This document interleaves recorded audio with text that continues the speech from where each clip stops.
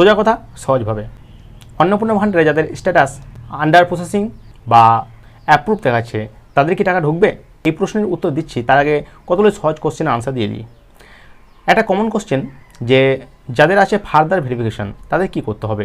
যাদের further verification আসে অথচ কোনো রিজন শো করেনি তাদের কিচ্ছু করার দরকার নেই, কারণ তাদের কোনো কিছু ভুলই নেই, এক নাম্বার। দ্বিতীয় নম্বর, যাদের রিজন শো করছে এএসডি হোক বা মোর দেন 3 রুমস হোক বা কোনো গভর্নমেন্ট এমপ্লয়ি হোক, তাদেরকে ক্লেম করতে হবে। ক্লেম কীভাবে করবে? তারা নিজেরা ক্লেম করবে উপযুক্ত কারণ দেখিয়ে, যেটা শো করছে তার অ্যাগেনস্টে। আর যারা অফলাইনে করেছে তাদেরকে কিন্তু অফিসে গিয়ে ক্লেম করতে হবে। এবার ক্লেমের পদ্ধতি বিভিন্ন, কেউ কোনো ফর্ম দিচ্ছে নিয়ে ক্লেম করছে, কেউ কোনো ফর্ম দেয়নি তাদের কাছে কিছু তথ্য চেয়ে ক্লেম করছে, সেটা নিজের ব্লক বা মিউনিসিপ্যালিটির ব্যাপার। আর কোশ্চেন যেটা খুব ভাইটাল কোশ্চেন সেটা হচ্ছে যাদের আন্ডার প্রসেসিং দেখাচ্ছে বা যাদের অ্যাপ্রুভ দেখাচ্ছে তাদের কি টাকা ঢুকবে?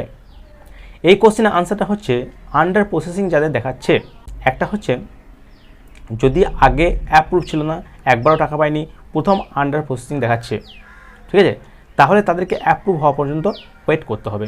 অ্যাপ্রুভ হবে, তারপরে তার পরের মাসে টাকা ঢুকবে। এখন কিন্তু আর টাকা ঢুকছে না, যেগুলো ঢুকে গিয়েছে সেগুলো হয়ে গেছে, ঠিক আছে। অতএব আন্ডার প্রসেসিং যদি থাকে আর আগে যদি সাবমিট ছিল, একবারও টাকা পায়নি, অ্যাপ্রুভ ছিল না, এবার মানে এটা প্রথম আর কি, প্রথম আন্ডার প্রসেসিং, তাহলে কিন্তু টাকা ঢোকার চান্সটা কম।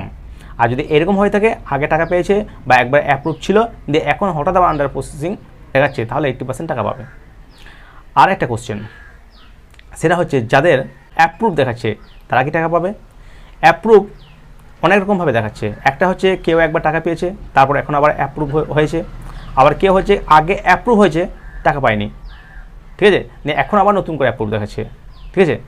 এইটা তাদের কিন্তু টাকা পাবে এমন কোনো গ্যারান্টি নেই। এই মাসে হয়তো আর পাবে না, পরের মাসে পাওয়ার চান্স আছে। আর যদি বা পায় সেটা কেউ কিন্তু বলতে পারবে না, কোনো ব্লকের অফিসাররাও কিন্তু সেভাবে বলতে পারবে না। ওপর থেকে এখনও পর্যন্ত কিছু জানানো যাচ্ছে না, আর এনারাও ক্লিয়ারভাবে বলতে পারবে না, তাই ওদেরকে অযথা বিরক্ত করেও লাভ নেই। আর অনেকে ভাবছেন যে আমরা ক্লেমটা কোথায় করবো, যারা অনলাইনে করেছেন তাদেরকে বারবার বলবো ক্লেমটা কিন্তু নিজেরা করবেন। তাহলে কি হবে? তাহলে কিন্তু আপনারা নিজেরাই নিজেদের ক্লেমের স্ট্যাটাসটা দেখতে পাবেন। আর যদি অফিস থেকে করান তাহলে ক্লেমের জন্য আপনাকে বারবার অফিসে ছুটতে হবে, ক্লেমের স্ট্যাটাসও কিন্তু দেখতে পাবেন না। এই হচ্ছে খবর।